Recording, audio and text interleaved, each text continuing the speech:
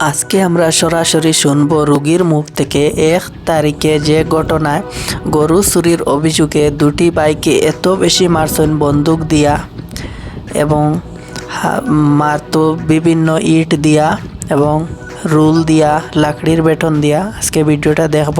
ঘটনাটা হয়েছে তারা আমরা গরু লিয়ে যাই আর আমরা নিজের গরু লিয়ে যাই আর বাড়ি যেতে সময় গরু একটা পাইছি, ওটা লিয়ে বাড়ি গিয়ে যাওয়ার পথে একটা তারা ওটা টমটম করে একটা গাড়ি আছে, ওটা গাড়ি করতে লিয়ে খাদানি দিছে শুরু হইয়া মধুরি আসলো তো আর শুরু হইয়া খাদানি দিছে আর আমরা মধুরি তো মনে করছি মধুরি মনে করিয়া দিছি দৌড় না জায়গা তো হইলে তো আর মারলো না আর দৌড় দেওয়া তারা আমরা মনে করছি সুর অ্যাকচুয়ালি আমরা কোনো সুর নাই।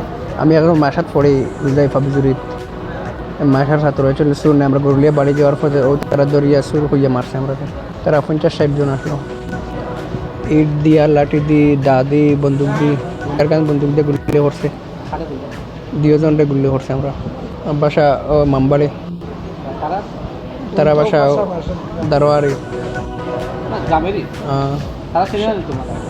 সিনিয়র কাম করছে তো মারছে। মারার পরে আমরা থানায় উঠে লিয়ে গেছি 2 জন।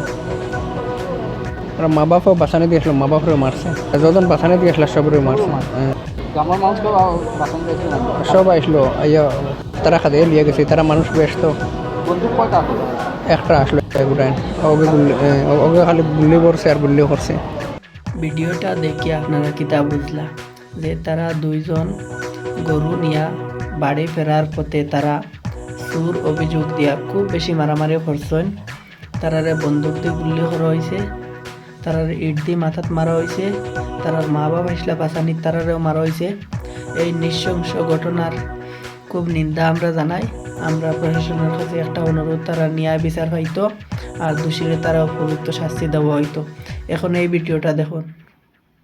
এই দোষীরা শাস্তি পাইয়া জেলও গেছে না ততদিন পর্যন্ত আমরা কংগ্রেস দলের বিধায়করা কংগ্রেস দল এটা ছাড়তো না, লাগিয়ে থাকবো আমরা জনগণের অনুরোধ।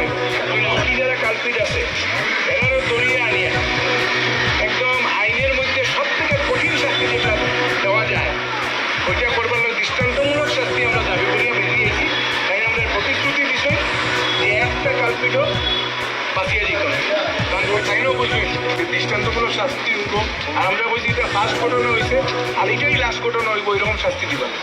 এই ভিডিওর কথাগুলো যদি আপনারা একমত হন তাহলে একটা শেয়ার দিবা, সব মানুষের কাছে এই ভিডিওর বার্তাটি পৌঁছে দিবা।